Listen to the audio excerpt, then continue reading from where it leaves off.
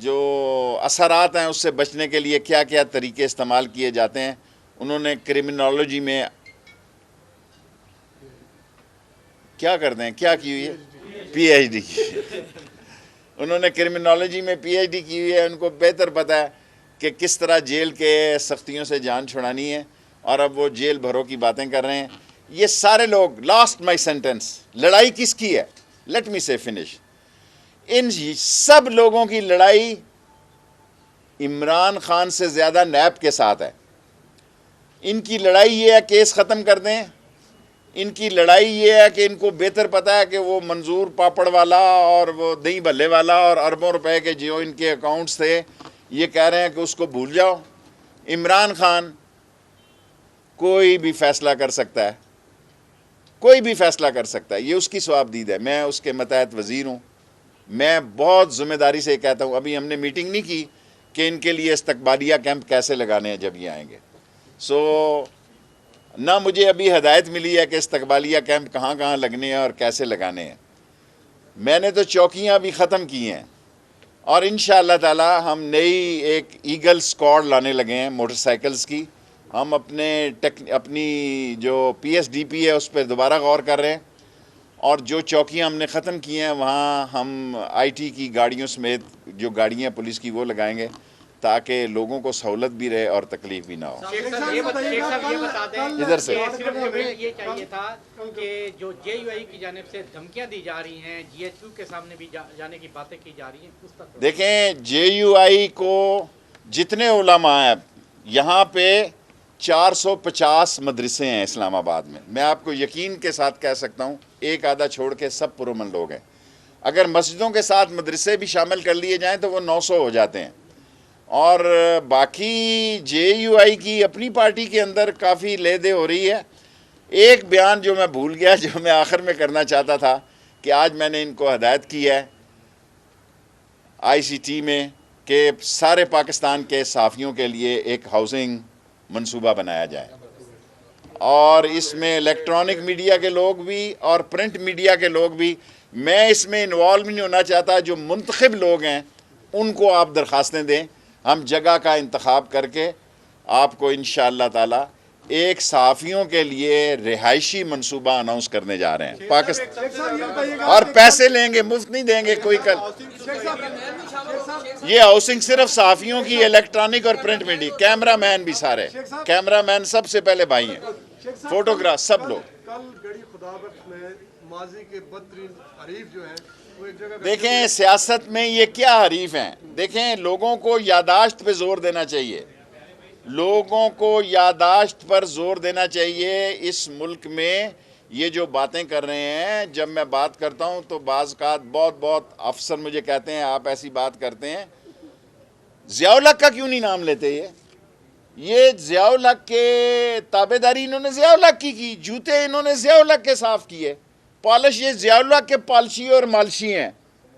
یہ ضیاء الحق کے پالشی اور مالشی ہیں, اور جی ایچ کیو کے گیٹ نمبر 4 کی پیداوار ہے. پاکستان کی فوج عظیم فوج ہے, وہ سیاست میں نہ تھی, نہ ہے, نہ آئے گی. جمہوریت کے ساتھ تھی, ہے اور رہے گی. یہ بتائیے گا کہ گزشتہ روز آپ نے دیکھا کہ گڑی مارچ میں ماسک وائی سٹیج کے تمام پنڈال میں کسی نے ماسک نہیں پہنا تھا. ایک طرف بس تو رحمان ملک صاحب, پہلے میں تو پہن لوں. ایک طرف قومی ایمرجنسی کا مطالبہ کیا جا رہا ہے, اور دوسری طرف یہ دورہ میں آ رہا ہے کہ وہاں پہ ان کے جلسوں میں پی ڈی ایم. دیکھیں گزارش میری سن لیں, لوگوں کو بھی سب کچھ پتہ ہے. اتنا زبردست میڈیا پاکستان کا, دنیا میں کوئی الیکٹرانک میڈیا پاکستان کے الیکٹرانک میڈیا کا مقابلہ نہیں کر سکتا. میں آپ کو دعوے سے کہتا ہوں, کوئی نہیں مقابلہ کر سکتا. لوگوں کو تمیز ہے کہ کووڈ ہے, پھیل رہا ہے, ایک نئی قسم, تیسری قسم آ گئی ہے. تو اگر اب دیکھیں لوگوں کو ہم, آپ لوگ سمجھا ہی سکتے ہیں نا, تو وہ سمجھا رہے ہیں. نیکسٹ کوسچن جی اعزاز, ابھی میں لے کے جاؤں گا.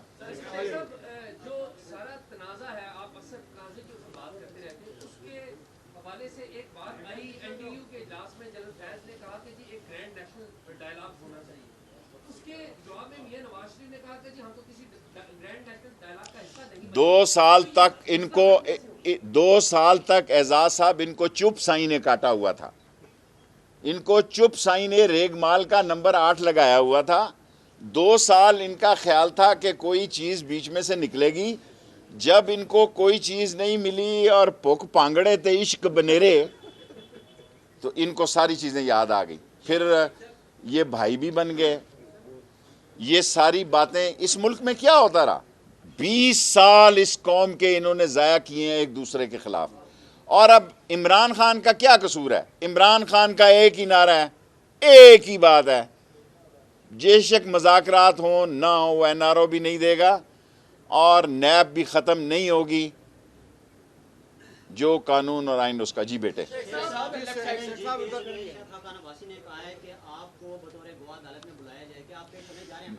دیکھیں میں آپ سے زیادہ سمجھتا ہوں 4 گنا. میرا کورٹ میں نہیں کھڑا. اب مجھے پوچھنا ہوگا کہ بطور انٹیریئر منسٹر میں پیش ہو سکتا ہوں یا نہیں. میرا خیال ہے اچھی بات نہیں ہوگی کہ میں بطور وزیر داخلہ جاؤں گا. صاحب یہ بتائیے گا کہ مرتضیٰ جاوید عباسی صاحب نے اپنا استعفیٰ اسپیکر کو پیش کیا. اب وہ یہ کہتے ہیں کہ فوجری لیا اس شارٹ سوال کرنا. انہوں نے یہ کہا ہے کہ میں ایف آئی اے جاؤں گا اور اپنا مقدمہ وہاں لے کر جاؤں گا, فرانسک کروں گا اس استعفے. یہ مرتضیٰ جاوید عباسی صاحب کا فیصلہ ہے کہ وہ مریم نواز کی بات مانتے ہیں یا وہ تحقیقات کرانے جاتے ہیں. من اپنا راضی نہیں ہے, جس طرح دل کرتا کر لے. میرا تو دوست ہے, مجھے پورا یقین ہے کہ وہ اسپیکر کو کہے گا کہ یہ فراڈ ہوا ہے.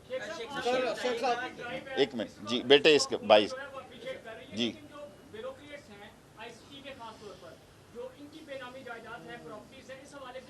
اس حوالے سے نیب کا دفتر کھلا ہے, ادھر جاؤ. آپ نے آج قانون کی بات کی, بہت اچھا فیصلہ. لیکن کریں گے پریس کلب والے لوگ, منتخب لوگ, گروپ بازی نہیں ہونی چاہیے. لیکن اڈیالہ روڈ میں ہماری ایک چھوٹی سی کالونی ہے اور مسلم لیگ نون کا قبضہ گروپ. چھوڑو میں شوکت صاحب, میں تو آپ کو پوش علاقے میں دے کے جانا چاہتا ہوں. میں نہیں جانا چاہتا کہ ادھر گجر خان میں. میں دیکھیں, میں تو صحافیوں کی ہاؤسنگ سوسائٹی بنانے کے لیے with the consult of press club, ان کو آج میں نے ایڈوائز دی ہے. یہ 3 مہینے لگتے ہیں, 4 لگتے ہیں, 6 لگتے ہیں, انشاءاللہ تعالی ہر آدمی چاہتا ہے کہ اچھا کام چھوڑ کے جائے. آپ انٹیریئر منسٹر بن گئے, نواز شریف کو لانے کے لیے وزارت داخلہ کیا؟ میں نے تو ابھی یہ بھی نہیں دیکھا کہ اس کی لاسٹ پاسپورٹ کی ڈیٹ کب ختم ہو رہی ہے.